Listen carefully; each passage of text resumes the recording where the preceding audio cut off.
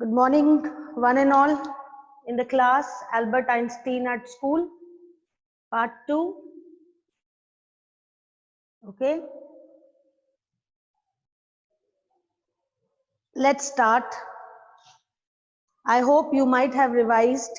If not, you can revise just in these few minutes what we did yesterday. Let me admit the students, those who are in the waiting room. Just a minute. Okay. Yes. Yes. So we have started how he felt at school when he was a bit suppressed. He found himself little suppressed. What he wanted to do according to the interest was not being done in the school. So Albert Einstein found himself that he's in the confines. He wanted to do research or something like that related to his interest of geology, and he used to read books which were not the part of his syllabus, right? So let me share the lesson. Okay, we were on page number, yes, I don't think here we left that I'll ever pass the exams for the school diploma. And the conversation between Elsa and Albert revealed that they were talking of, they couldn't, come on a solution that how will he work, and it was here that he need to get right away from it, right? He supposed a situation that suppose if I had a nervous breakdown when he was talking to Yuri, and suppose a doctor would say it is bad for me to go to school and I need to get rid right away from it. So he wished to get rid away from this type of school where his interest did not find a place, right? So keep yourself audios off, dear students, and videos on, right? Wonderful kids, keep your uh, audios off, videos on. Gaurav, Pratishtha, Kevin, Achal, and others also. Okay. I can't manage a doctor. Very good, Kevin. I can't manage. And he says, I can't imagine a doctor saying that, said Yuri. I must try, said Albert, to find out a doctor who specializes in nerves. There are plenty of them, Yuri told him. Yuri told him that there are plenty of doctor friends. He has hesitated for a moment and then added rather reluctantly. What do you mean by reluctant? When you don't want to do that. But the friend is saying, so you have to do. I'll ask some of the students if they know one, if you like. So he will search a doctor who will give him what? Who will give him a certificate bearing that he cannot continue with the school and, so many other things like that. Okay. So this way, the story of Albert, actually the experience of Albert at school. Now, will you? Oh, thank you, Yuri. Albert's eyes were shining now. Albert was very happy. Wait a moment, I haven't found one yet, right? Oh, but you will. I know you'll find a doctor for me who will do all these things for me. And if I do, I don't know if he will be willing to help you. Even if I found a doctor, whether he'll be willing to help you or not, that is not sure. He will, declared very hopefully, said Albert, that he will help me out. I'm going to have a real nervous breakdown to make it easier for him. And he laughed merrily that I'm not going to trouble the doctor, I'm going to have the real problem. So this way, the pleasantries were shared, and then the actual topic that please find a doctor for me, Yuri, and they departed. Like, maybe I have never seen you looking less nervous, remarked Yuri. A day or two at school will soon put that right, Albert assured him. Certainly he had lost his high spirits when Yuri saw him next. Now when they departed and met again, a short departure, you can say, going on your own ways and meeting after a while or after a couple of days, he found that he's very depressed. right? Certainly he had lost his high spirits when Yuri saw him next. I can't stand it any longer, he said. I really shall have a nervous breakdown. He will, that will satisfy any doctor. So he was not finding himself comfortable now in school. His father was thinking that he's studying, but he was not able to put his mind into it. Keep it up then, said Yuri. I have found a doctor for you. You have? Albert's face lit up. Oh, good. When I can see him. When I can see this doctor. He was so excited, so desperate to meet that doctor and run away from school. I have an appointment for you for tomorrow evening, Yuri said. Here is the address. He handed Albert a piece of paper. Docs, please open your books on your tables. You can see the screen also. Concentrate on the screen. If you can concentrate on the hard copy, that paper wala book, you can please open your books, Hornbill, Snapshots, keep it on your tables. Because when we are reading the lessons, it is quite helpful to understand the lessons when the lines are before us. To make it convenient, I have shared the screen, right? And I wish to instruct, and you can take it as a request, instruction, whatever you feel like. Please be on time, right? When you join the classes, it's an early morning class, so be on time.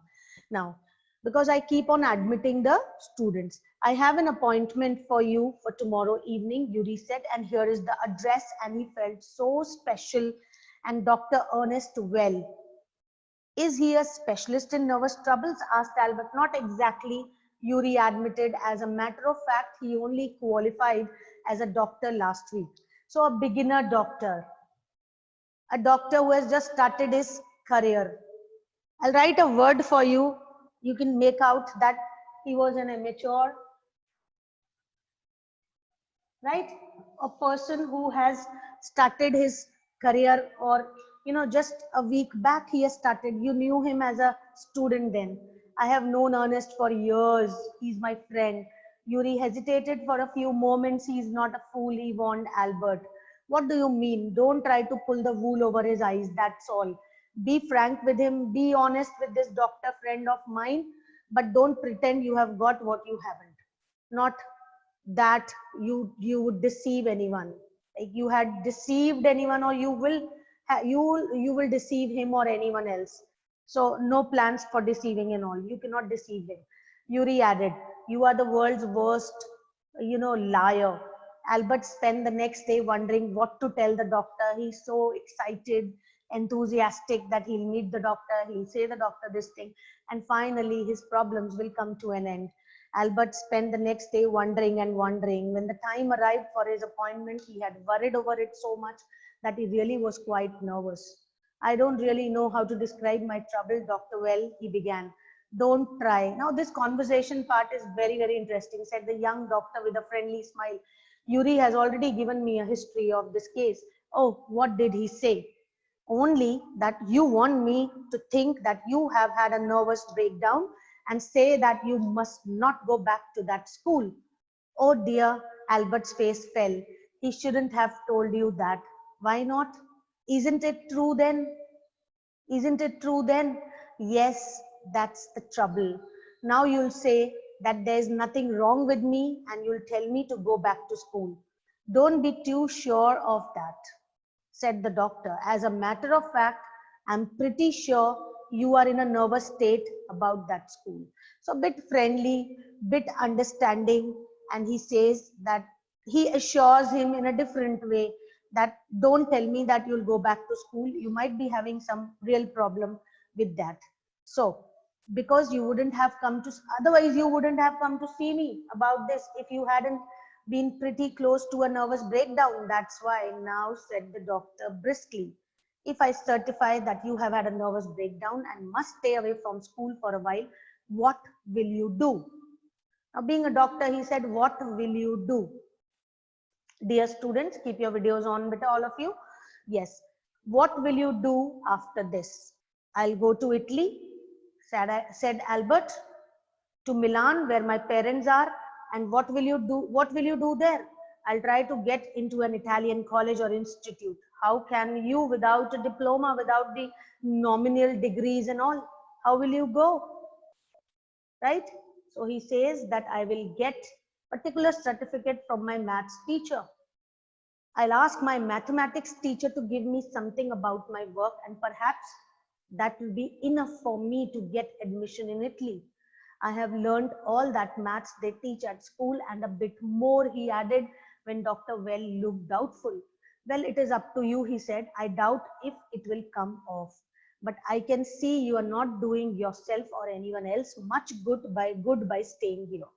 So doctor also realized, dear students, that the friendly doctor, the friend of Yuri, realized now Albert's friend also, the way he is talking. So he has realized that staying of this boy here in the school will do nothing. No growth, no development, no learning, because he is not interested at all. So, well, it is up to you. How long would you like me to say you should stay away from school? Would 6 months be all right? Shall I mention in the certificate that 6 months this boy must stay away? This is very kind of you. Now, Albert is very happy and he says, this is very kind of you. It's nothing. I have just stopped being a student myself, so I know how you feel. I had been a student, so I know how students feel. Here you are. Dr. Well handed him the certificate and the best of luck. This much is clear, dear students. This much lesson is clear. Yes, ma'am. Very good. Nothing. If you have anything to spare, invite Yuri to a meal. Now, what can I do? How much? How much shall I pay? He said, please invite my friend Yuri for a meal. So, understanding human behavior, understanding human wants, understanding human needs. You all know we cannot live alone in this world. You all need friends. I need friends. I need companions. We live in a family, which is a small society. We live in classrooms. We carry all the norms and rules of the society. What is this?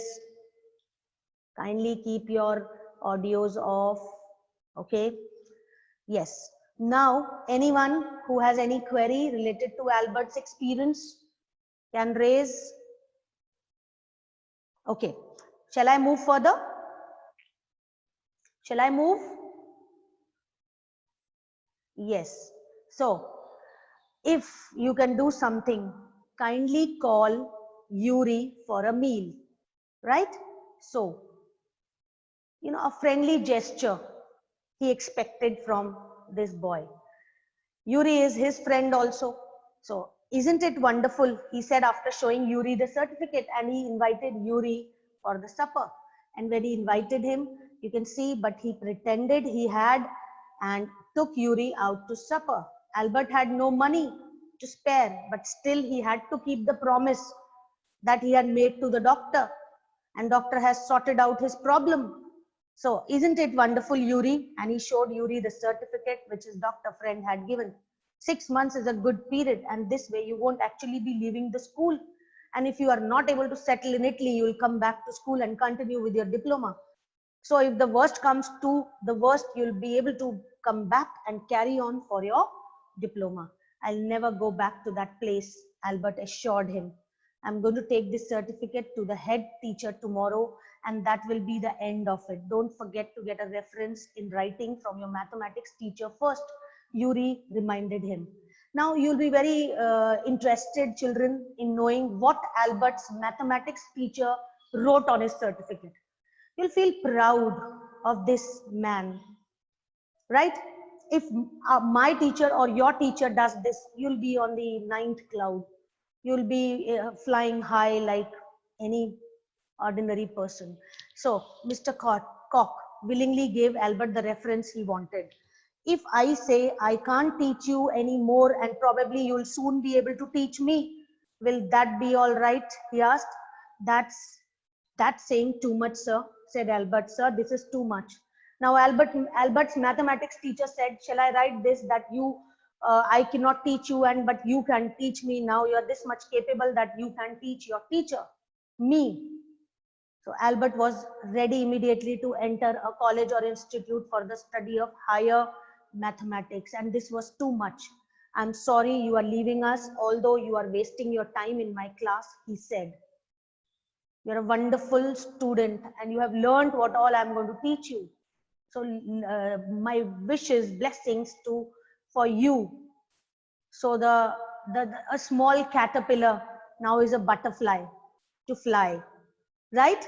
He has got the wings. He has developed those wings to fly with the help of the maths teacher, the doctor, right? Yuri. Yes. So you wouldn't have asked me for this reference otherwise. I I thought you would wonder. And this way. Now what happened when he went to the principal of the school? What did he write? Let's see. Albert was puzzled now. I knew you were going to leave before you knew yourself. Now maths teacher said, I knew you will leave the school. You're so majestic. Now Albert was confused that my teacher knew, my maths teacher knew more than me what I knew about myself. What did the teacher mean? He soon found out. Before he had a chance to ask for an interview with the head teacher, he was summoned to the head's room. So head teacher called him in his room. Well, it saves me the trouble of having to wait an hour or two outside, he thought. He hardly bothered to wonder why he had been sent for. Now he was not worried when he was called, but vaguely supposed he was to be punished again for bad work and laziness. He knew that he would be punished. Well, he said he had finished with punishments. I'm not going to punish you, the head teacher said to Albert's surprise. Your work is terrible, and I'm not prepared to have you here any longer, Einstein. I want you to leave the school now. Leave the school now, repeated Albert, dazed. That is what I said. You mean, said Albert, that I am to be expelled? I have to leave the school, so Albert's work is done. Goodbye. He wanted to leave the school. The principal, the headmaster is allowing him and throwing him out of the school.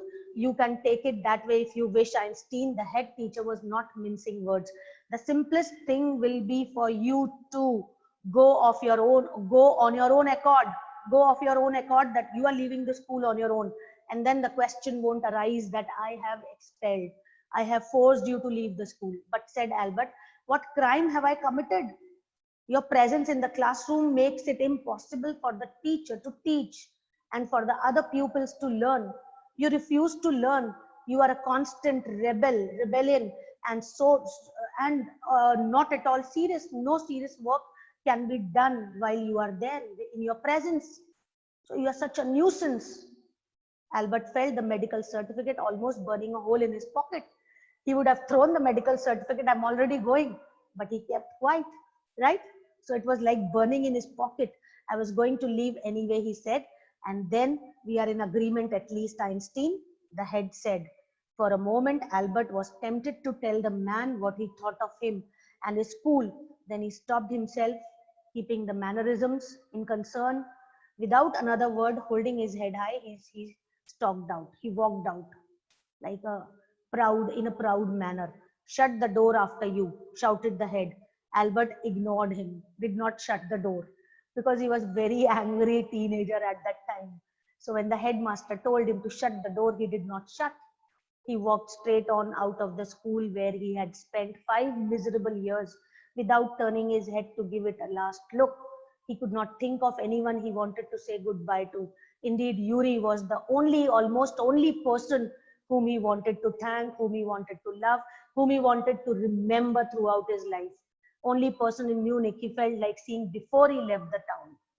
He had come to hate almost as much as the school. Elsa was back in Berlin and he had no other real friends. Goodbye and good luck, said Yuri when he left.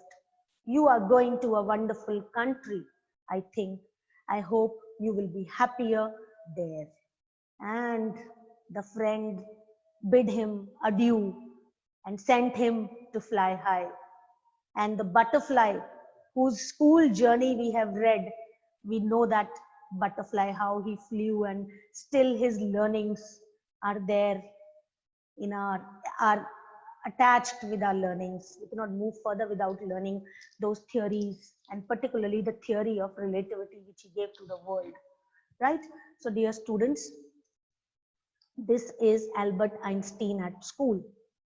What do you understand of Einstein's nature from his conversation with his history teacher and his mathematics teacher and the head teacher? Three teachers have been discussed. Who is the first teacher? The history teacher who forced him to learn dates, which he did not find, right? Which he did not find logical, practical to learn. Anytime we can see the dates from the book, what is the use of learning those dates? Then his mathematics teacher, who was so fond of his particular student, whom he thought that this particular student of mine can teach me. He is wasting his time in my classroom. So very high regard for the student. As you respect your teachers also respect you, but for your learnings, but for your hard work, but for your efforts, the efforts that you put in, the obedience that you show. Rest all happens automatically. Your interest in that particular subject is there, rest all will follow automatically. Yes, and his head teacher who hated him and considered him as a terrible student. So we can make out that how he was at school. He was not terrible. He was not pathetic at studies. The only thing was the system he did not find compatible with his own interests and the force that was being put on during those times in our education system, right? The school system often curbs individual talents. Discuss. This is, I leave it to you as a personal pondering first and then coming up to the answer. That school system often curbs individual talents. Discuss. How do you distinguish between information gathering and insight formation? Learning from within. Learning from within. Let me tell you the difference between within and outside. Say for two words, pleasure and happiness. Pleasure you can have for a short moment and for a longer period also, but with outside assets and outside accessories and all. But happiness, even if you have assets and accessories and so many things and riches and all and so many luxuries and you are full with all your material pursuits, material things, but still you may not be happy. So that happiness is from within. And similarly, the learning that takes place from within, right, that comes up as a flow of knowledge, and you do and you create more and more with that knowledge. That is insight learning. And gathering information, today we are bombarded with information. Lot of information comes to us. How much we churn, how much it is, how many things are useful, how much of it is useless. So if you keep it as accountable, you will have n number of information pieces, right? And if you'll count as uncountable, then how much percentage you keep it as for your use and how much is useless. So insight learning and surface information gathering of facts and other things. So there is a bit, not bit, but a great difference, tremendous difference between this. And learning must take place from within. Okay. So this way we have read the lesson. These questions we will be doing tomorrow. I'll be sharing the question answers along with the other questions of this lesson on Monday. And the next topic would be speech writing. I'll cover a writing section topic or maybe a letter writing topic. So writing section would be covered in the next week, right, dear students? Now, I hope you have understood the lesson. Okay.